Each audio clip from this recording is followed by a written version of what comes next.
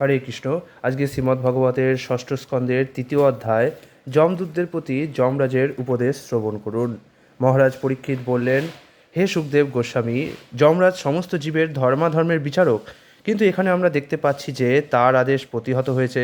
তার ভৃত্য যমদূতেরা যখন অজামিলকে গ্রেপ্তার করার ব্যাপারে বিষ্ণুদূতদের কাছে তাদের পরাজয়ের কথা তাকে বর্ণনা করল, তখন তিনি কি বললেন?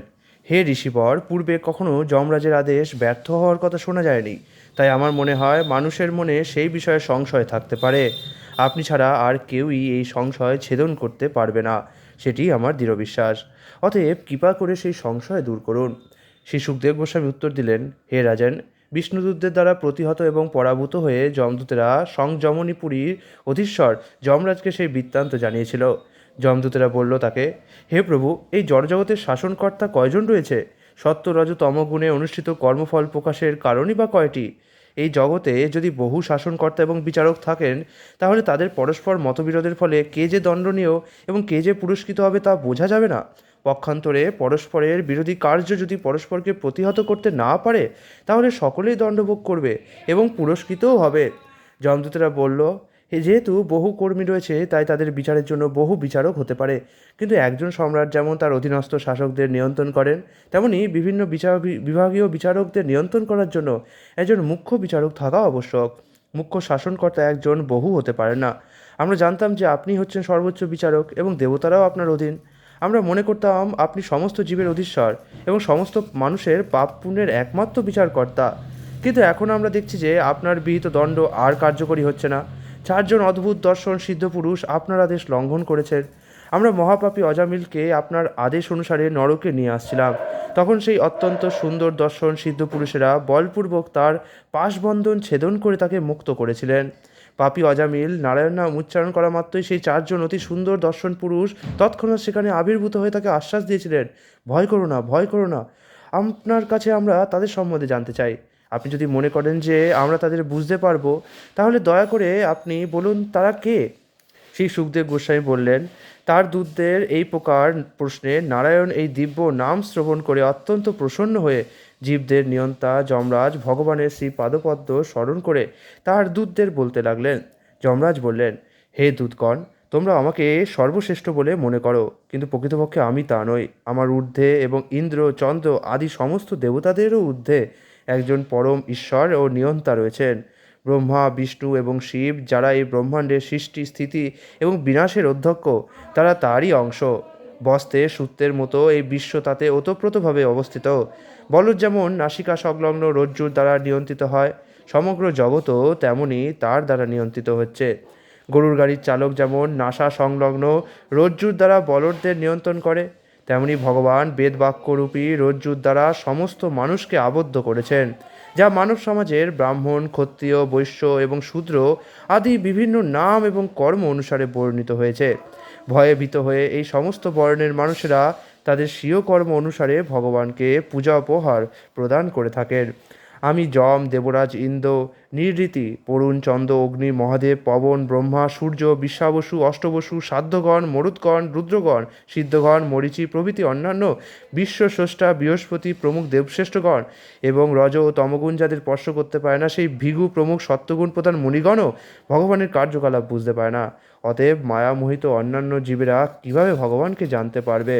দেহের বিভিন্ন অঙ্গ যেমন চক্ষুকে দর্শন করতে পারে না, তেমনি জীবও সকলের হৃদয়ে পরমাত্মারূপে বিরাজমান ভগবানকে ইন্দ্রিয়, মন, প্রাণ, হৃদয় অথবা বাক্যের দ্বারা জানতে পারে না। ভগবান স্বয়ং সম্পূর্ণ এবং স্বাধীন। তিনি সকলের অধীশ্বর, তিনি মায়াধীশ। তার রূপ, গুণ এবং স্বভাব রয়েছে। তেমনি তার দূত বৈষ্ণবদের রূপ, গুণ এবং স্বভাবও তারই মতো সুন্দর। তারা সর্বদা এই জগতে সম্পূর্ণভাবে স্বাধীন বিচরণ করেন। শ্রী বিষ্ণুর সেই ভৃত্যরা দেবতাদেরও পূজ্য। তাদের রূপ ঠিক শ্রীবিষ্ণুর মতো এবং তা অত্যন্ত দুর্লভ দর্শন। বিষ্ণুদূতেরা শত্রুর কবল থেকে, আমার থেকে এবং দৈব দুর্বিপাক থেকেও ভগবত ভক্তদের সর্বতভাবে রক্ষা করেন। প্রকৃত ধর্ম স্বয়ং ভগবানের দ্বারা প্রণীত। সম্পূর্ণরূপে সত্যগুণে অবস্থিত হওয়া সত্ত্বেও যারা ব্রহ্মাণ্ডের সর্বোচ্চ লোকে বিরাজ করেন, সেই মহান ঋষিগণও তা নিশ্চিতভাবে জানেন না। দেবতা অথবা প্রধান প্রধান সিদ্ধগণও তা জানেন না। তাহলে অসুর, মানুষ, বিদ্যাধর এবং চারণদের আর কি কথা? ব্রহ্মা, নারদ, শিব, চতুষ্ষণ, কপিল, স্বয়ম্ভূব মনু, প্রহ্লাদ মহারাজ, জনক মহারাজ, পিতামহ ভীষ্ম, বলি মহারাজ, সুখদেব গোস্বামী এবং আমরা এই 12 জন প্রকৃত ধর্মের তত্ত্ব জানি। হে ভিত্তগণ, এই দিব্য ধর্ম যা ভাগবত ধর্ম বা ভগবত প্রেম ধর্ম নামে পরিচিত, তা জড়া প্রকৃতির গুণের দ্বারা কলুষিত নয়। তা অত্যন্ত গোপনীয় এবং সাধারণ মানুষের পক্ষে দুর্বোধ্য। কিন্তু কেউ যদি ভাগ্যক্রমে তার হৃদয়ঙ্গম করার সুযোগ পান, তাহলে তিনি তৎক্ষণাৎ মুক্ত হয়ে ভগবত ধামে ফিরে যান। ভগবানের দিব্য নাম কীর্তন থেকে শুরু হয় যে ভক্তিযোগ, তাই মানব সমাজে জীবের পরম ধর্ম। হে পুত্র সদৃশ ভৃত্যগণ, ভগবানের পবিত্র নামের মাহাত্ম্য দর্শন করো। মহাপাপী অজামিল তার পুত্রকে সম্বোধন করে অজ্ঞাতসারে এই নাম গ্রহণ করার ফলে নারায়ণ স্মৃতিহেতু তৎক্ষণাৎ মৃত্যু পাশ থেকে মুক্ত হয়েছিলেন। অতএব বুঝতে হবে যে ভগবানের নাম, গুণ এবং কর্মের কীর্তনের ফলে সমস্ত পাপ থেকে অনায়াসে মুক্ত হওয়া যায়। পাপ মোচনের জন্য এটি একমাত্র উপদিষ্ট পন্থা। কেউ যদি নিরপরাধে ভগবানের নাম উচ্চারণ করেন, তাহলে সেই উচ্চারণ অশুদ্ধ হলেও তিনি ভগবন্ধন থেকে মুক্ত হবেন। দৃষ্টান্তরূপ বলা যায় যে অজামিল অত্যন্ত পাপী, কিন্তু মৃত্যুর সময় তার পুত্রকে সম্বোধন করে সেই নাম উচ্চারণ ফলে তিনি পূর্ণরূপে মুক্ত হয়েছিলেন। ভগবানের মায়ায় বিমোহিত হয়ে যাজ্ঞবল্ক্য, জৈমিনী প্রমুখ ধর্মশাস্ত্র প্রণেতাগণ দ্বাদশ মহাজন বর্ণিত ভাগবত ধর্মের রহস্য অবগত হতে পারেননি। তারা ভগবত ভক্তির অনুষ্ঠান বা হরে কৃষ্ণ মহামন্ত্র কীর্তনের দিব্য মহিমা হৃদয়ঙ্গম করতে পারেনি। যেহেতু তাদের মন বেদে উল্লিখিত, বিশেষ করে যজুর্বেদ, সামবেদ এবং ঋগ্বেদে বর্ণিত কর্ম অনুষ্ঠানের প্রতি আকৃষ্ট, তাই তাদের বুদ্ধি জড়ীভূত হয়ে গেছে। এইভাবে তারা জড়সুখ ভোগের জন্য, স্বর্গলোকে উন্নীত হওয়া আদি অনিত্য ফল লাভের জন্য কর্ম অনুষ্ঠানের উপকরণ সংগ্রহেই কেবল ব্যস্ত। তারা সংকীর্তন আন্দোলনের প্রতি আকৃষ্ট হওয়ার পরিবর্তে ধর্ম, অর্থ, কাম এবং মোক্ষের প্রতি আগ্রহশীল। অতএব এই সমস্ত বিষয় বিবেচনা করে বুদ্ধিমান মানুষেরা সর্বান্তকরণে সমস্ত মঙ্গলময় গুণের আকর সর্বান্তর্যামী ভগবানের পবিত্র নাম কীর্তন রূপ ভগবত ভক্তির পন্থা অবলম্বনের দ্বারা তাদের সমস্ত সমস্যার সমাধান বিবেচনা করেন। তারা আমার দণ্ডার্হ নন। সাধারণত তারা কোনো পাপকর্ম করেন না, কিন্তু যদি ভ্রমবশত, প্রমাদবশত অথবা মোহবশত তারা কখনো কোনো পাপ করেনও, তবুও তারা নিরন্তর হরে কৃষ্ণ মহামন্ত্র কীর্তন করার ফলে সেই পাপ থেকে রক্ষা পান। হে দূতগণ, তোমরা কখনো এই প্রকার ভক্তদের কাছে যেও না, কারণ তারা সর্বতোভাবে শ্রী ভগবানের শ্রী পাদপদ্মে শরণাগত। তারা সকলের প্রতি সমদর্শী এবং তাদের গুণগাথা দেবতা ও সিদ্ধরা গান করেন। তাদের কাছে পর্যন্ত তোমরা যেও না। ভগবানের গদা সদের সর্বত্রভাবে রক্ষা করেন এবং ব্রহ্মা, আমি এমনকি কাল পর্যন্ত তাদের দণ্ড দিতে পারে না। পরমহংস হচ্ছেন তারা যারা জড় সুখের প্রতি কোনো আসক্তি নেই এবং যারা সর্বদা ভগবানের শ্রী পাদপদের মধু পান করেন। হে দূতগণ, যারা সেই পরমহংসদের সঙ্গ করে না, যাদের সেই মধুপানে কোনো রকম স্পৃহা নেই এবং যারা নরকের দ্বারস্বরূপ গৃহস্থ জীবন এবং জড় সুখভোগের প্রতি আসক্ত, তাদেরই কাছে আমার দণ্ডদানের জন্য আনয়ন করো। তাদেরই আমার কাছে দণ্ডদানের জন্য আনয়ন করো। হে বৃত্তগণ, সেই সমস্ত পাপীদেরই আমার কাছে নিয়ে এসো যাদের জিহা শ্রীকৃষ্ণের নাম, গুণ ইত্যাদি কীর্তন করে না, যাদের চিত্ত একবারও শ্রীকৃষ্ণের শ্রী পাদপদ্ম স্মরণ করে না এবং যাদের মস্তক একবারও শ্রীকৃষ্ণের চরণে প্রণত হয় না, আর যারা মনুষ্য জীবনের একমাত্র কর্তব্য শ্রীবিষ্ণুর ব্রত অনুষ্ঠান করে না, তাদেরও আমার কাছে নিয়ে এসো।